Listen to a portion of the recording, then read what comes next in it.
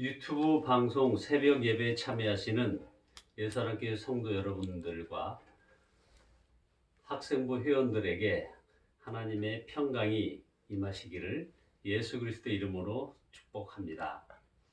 오늘 말씀 제목은 너희는 그리스도의 편지라 라는 제목이고, 본문은 고린도 후서 3장 2절 3절 말씀을 중심으로 잠시 말씀을 상고해 보겠습니다. 고린도 후서 3장 2절에 너희는 우리의 편지라 우리 마음에 썼고 뭇사람이 알고 읽는 바라. 이 말씀은 정말 멋있는 말씀입니다. 그렇지 않습니까? 그러나 사도 바울은 더 놀라운 말을 이어서 합니다. 고린도 교인들이 예수님이 누구신지를 말해주는 그리스도의 편지라고 했습니다. 고린도후서 3장 3절 말씀이죠. 너희는 우리로 말미암아 나타난 그리스도의 편지니. 예수 그리스도가 어떤 분인지 고린도 교인들을 보면 안다는 것입니다. 고린도 교인들만 아닙니다. 모든 그리스도인들이 가정과 일터, 자신이 사는 지역에서 그리스도의 편지인 것입니다. 어떤 목사님이 몇 년 전에 성지순례 갔다가 가이드하는 집사님이 하는 말을 전해주었습니다. 이곳 관광버스 기사는 다 아랍 사람으로 무슬림들입니다. 우리는 목사요, 장로요, 권사요, 집사요, 각자의 이름을 가진 다른 사람들이라고 생각하지만 그들에게 성지순례를 온 교인들의 이름은 하나뿐이라는 것입니다. 예수 믿는 사람들이라는 거죠. 우리들의 행동을 보면서 그들은 예수님이 어떤 분인지 판단하는 것입니다. 그때 우리가 단지 관광 목적으로만 성지 순례를 가서는 안 되겠다는 그런 생각을 했다는 것이죠.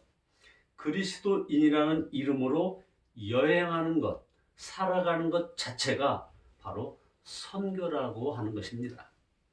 복음을 전하기 가장 어려운 것이 가정과 학교와 직장이라고들 합니다. 왜 그럴까요? 우리들을 너무 잘 아니까요. 그러나 반대로 가장 강력한 전도가 이루어지는 것도 가정이요, 직장이요, 바로 학교입니다. 우리가 그리스도의 편지가 되면 그들은 성경을 읽게 되기 때문입니다. 성경에 보면 하나님은 하나님의 말씀을 7가지 판에 새겨 놓았다고 했습니다. 먼저 하늘과 온 우주에 기록하였습니다. 둘째는 사람의 양심에 기록하였습니다. 셋째는 십계명 돌판에도 기록했습니다. 넷째는 바로 우리가 가지고 있는 성경책에 기록하였습니다. 다섯째는 예수 그리스도께서 하나님의 말씀 그 자체이시다는 겁니다. 여섯째, 바로 성도의 마음에 기록하셨습니다. 그리고 마지막으로 오늘 우리가 읽은 본문에 고린도후서 3장 3절에서 그리스도인들의 삶이 곧 그리스도의 편지라고 하였습니다.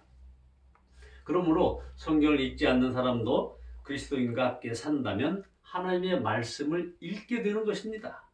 마태복음 5장 16절에서 이와 같이 너희 빛을 사람 앞에 비추게 하여 저희로 너희 착한 행실을 보고 하늘에 계신 너희 아버지께 영광을 돌리게 하라.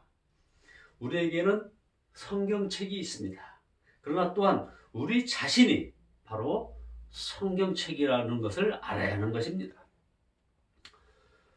작년에 아주 유명한 뮤지컬 더 북의 또 다른 이름이 성경이 된 사람들이라는 그런 이름이 있습니다. 저는 이 뮤지컬을 유튜브를 보면서 너무나 큰 도전을 받았습니다.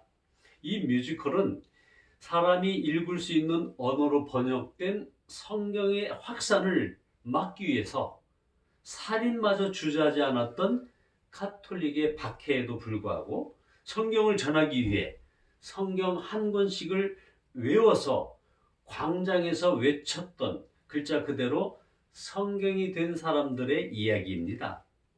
공연 마지막에 우리가 성경이 됩시다 라는 외침이 너무나 강하게 마음을 쳤습니다. 믿지 않는 사람들, 그들에게는 성도들의 삶이 성경보다 먼저 다가갑니다.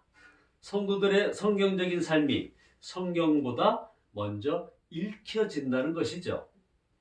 사람들은 그리스도인을 보면서 나는 너에게 이르노니 너희 원수를 사랑하며 너희를 박해하는 자를 위하여 기도하라는 마태복음 5장 44절 말씀을 읽는 겁니다.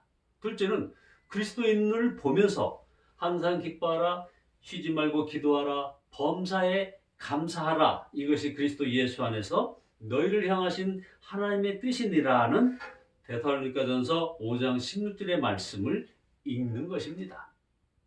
우리는 당연히 같은 그리스도인들 사이에도 그리스도의 편지입니다. 제가 힘들 때마다 그리스도의 편지로 다가오는 분이 계셨습니다. 설교하고 난 다음 좌절감에 빠졌을 때가 자주 있죠. 그때마다 이상하게 설교에서 주님의 음성을 들었어요 하시는 분이 꼭 있으십니다. 마치 낙심하지 마, 너를 통하여 내가 역사하였어 라고 써 보내주신 주님의 편지를 읽는 것 같았습니다. 힘들 때 배려해주는 손길을 통하여 주님의 메시지를 듣습니다. 우리는 서로 그리스도의 편지로 기억되어야 합니다. 아픈 기억으로 남지 않고 좋은 기억으로 남아야 할 것입니다. 그러나 부족하기 짝이 없는 우리가 어떻게 그리스도의 편지가 될 수 있습니까? 이게 우리가 노력해서 드릴 일이 아니라 우리 안에 그리스도의 영이 거하시기에 이것이 가능한 일입니다. 고린도후서 3장 6절에 율법 조문은 죽이는 것이요 영은 살리는 것이라고 했습니다. 출애굽기 34장 35절에 보면 모세가 십계명의 돌판을 밟고 산에서 내려올 때 하나님을 대면한 것으로 인해서 하나님의 영광의 광채가 모세의 얼굴에 옮겨졌습니다. 그 광채 때문에 모세는 사람들을 대할 때는 얼굴에 베일을 써야만 했습니다. 사람들이 모세의 얼굴에서 나오는 광채를 감당할 수 없었기 때문입니다. 그런데 사도 바울은 유대인들이 지금도 그리스도의 영광을 보지 못하고 눈의 수건을 덮어쓰고 있다는 것입니다. 바로 율법이 그들의 마음을 덮고 있는 수건이 된 것입니다. 둘째, 마귀가 또 온갖 세상 일로 우리 마음을 혼미하게 만들어 영광의 주님을 바라보지 못하게 만들기도 합니다. 고린도후서 4장 4절에 그 중에 이 세상의 신이 믿지 않는 자들의 마음을 혼미하게 하여 그리스도의 영광의 복음의 광채가 비치지 못하게 함이니 그리스도는 하나님의 형상이니라. 지금도 코로나19로 한국 교회는 큰 연단을 받고 있습니다. 그것은 단지 모이는 교인이 줄어들었다는 것이 아닙니다. 진정한 그리스도인과 그렇지 못한 그리스도인이 갈라지고 있다는 것입니다. 그리스도의 영광의 복음의 광채를 보는 사람과 그렇지 못한 사람으로 갈라지는 것입니다.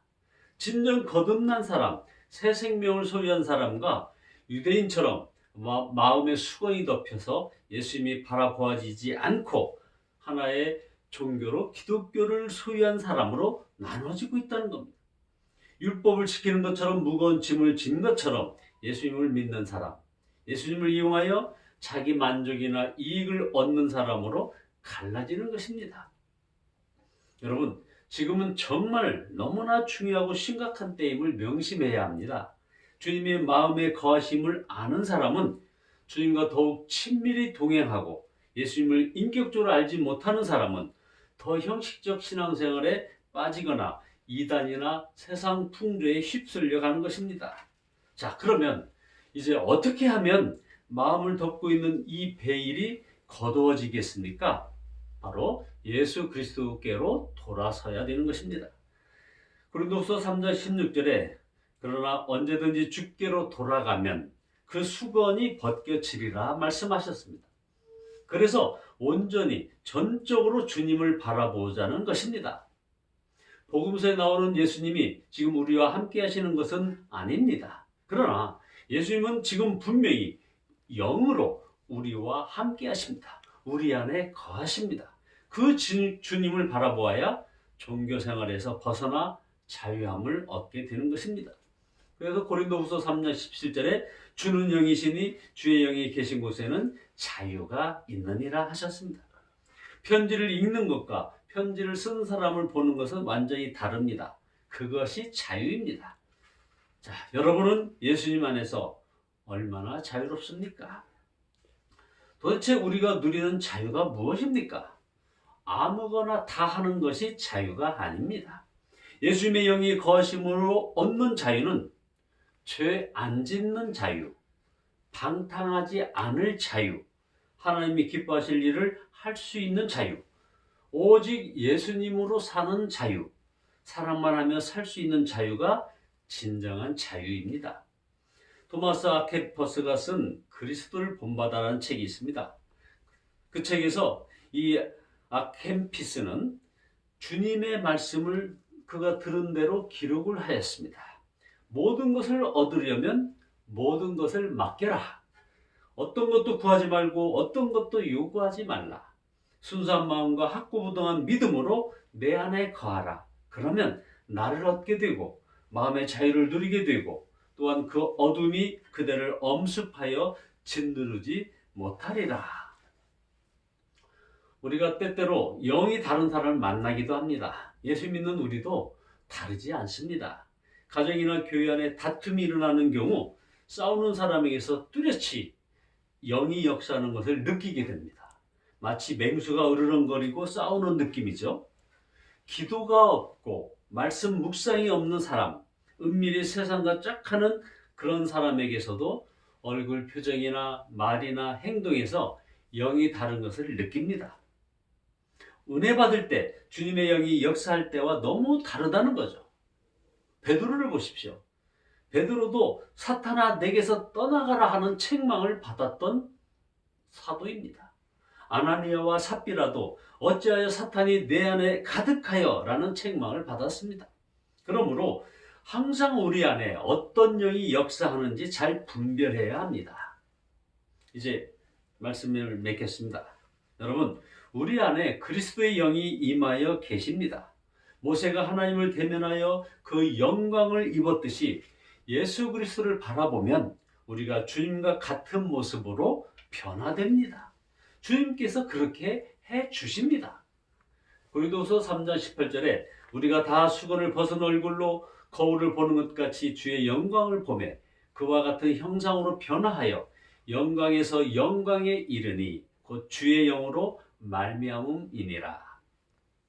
우리가 항상 주님을 바라보면 사람들이 우리를 보며 그리스도의 편지를 읽는 것입니다. CTS TV에서 어떤 목사님이 하신 말씀이 잊혀지지 않습니다. 우리가 누군가를 집중하여 바라보면 바라보는 대상이 우리 눈동자에 비치게 된다는 것입니다. 그러므로 순도 100% 온전히 주님을 바라보는 사람의 눈동자에는 주님이 보일 것이라고 했습니다. 이 말씀이 자기 자신에게 이루어지기를 우리가 기도해야 합니다. 영광에서 영광에 이르니 오직 예수님을 바라보며 너희는 그리스도의 편지라는 말씀을 삶의 현장에서 지켜나가시는, 그리하여 예수님 안에 거하시는 성도 여러분 모두 되시기를 예수 그리스도의 이름으로 축원드립니다.